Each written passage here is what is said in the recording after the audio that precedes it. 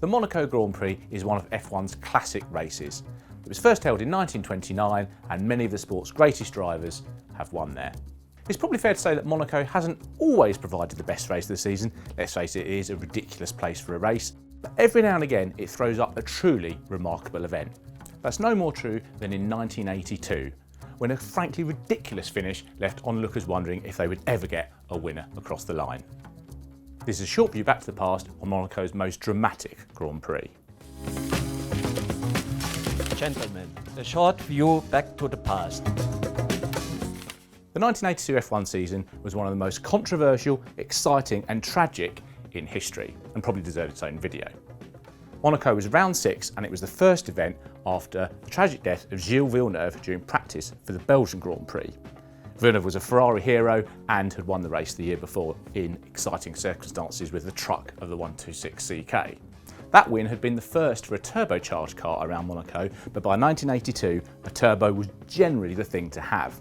René Arnoux qualified his Renault on pole position ahead of Riccardo Patrese' Brabham Cosworth by over half a second, and duly led the first few laps comfortably. Alain Prost had come into the event leading the championship and had qualified 4th in his Renault, but swiftly moved through into 2nd place as the RE30Bs stamped their authority on the event.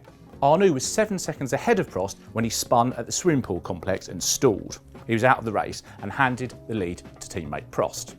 A rejuvenated Patrese then launched a counterattack at Prost, but the Renault held him off and gradually drew away, and it looked like it was going to be one of those sort of fairly undramatic Monaco Grand Prix. But the race truly came alive in the last 3 laps. Drizzle arrived in the closing stages, but at that stage Prost still looked in control. He was 7.7 seconds ahead of Patrese with 3 laps to go. But then he came through the fast chicane, much faster than it is now, and got snap oversteer. He couldn't catch it and crashed into the barriers and out of the race. Patrese picked his way through, finally, to lead the Grand Prix. But he only made it as far as the station hairpin, that's lows to most people, on the next lap before sliding and spinning. Didier Pironi's Ferrari and the Alfa Romeo of Andrea De Cesaris got by before Patrese was able to resume. But neither of them had enough fuel to complete the final lap. Pironi finally ground to a halt, having driven as slowly as he dared through the tunnel. De Cesaris had already parked up and Patrese, unknowingly, picked his way through. All he saw was lots of cars stopping. There were other incidents, other cars breaking down. It was almost like a chaotic car park. Patrese had been pushed by the marshals after his spin, but he'd been deemed to be in a dangerous place and so didn't receive a penalty. Nearly 3 minutes after Pironi had gone across the line to start the last lap, a bemused Patrese actually did complete the race.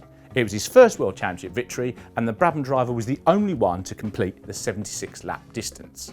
Pironi and De Cesaris were classified 2nd and 3rd, while a charging Nigel Mansell, recovering after a pit stop and still actually running at the end, one of only about 5 cars that was actually still mobile come the checkered flag, was classified 4th. Keke Rosberg, who had also crashed out in the drizzly, slippery late stages, went on of course to win that year's driver's title. He would also go on to take a sensational victory at Monaco in 1983, but for sheer drama, nothing really beats the 1982 Monaco race. If you like this video, please remember to click the like and subscribe buttons and let us know if there are any motorsport tales you'd like us to take a look at in future. Also be sure to look out for great video content on Motorsport TV.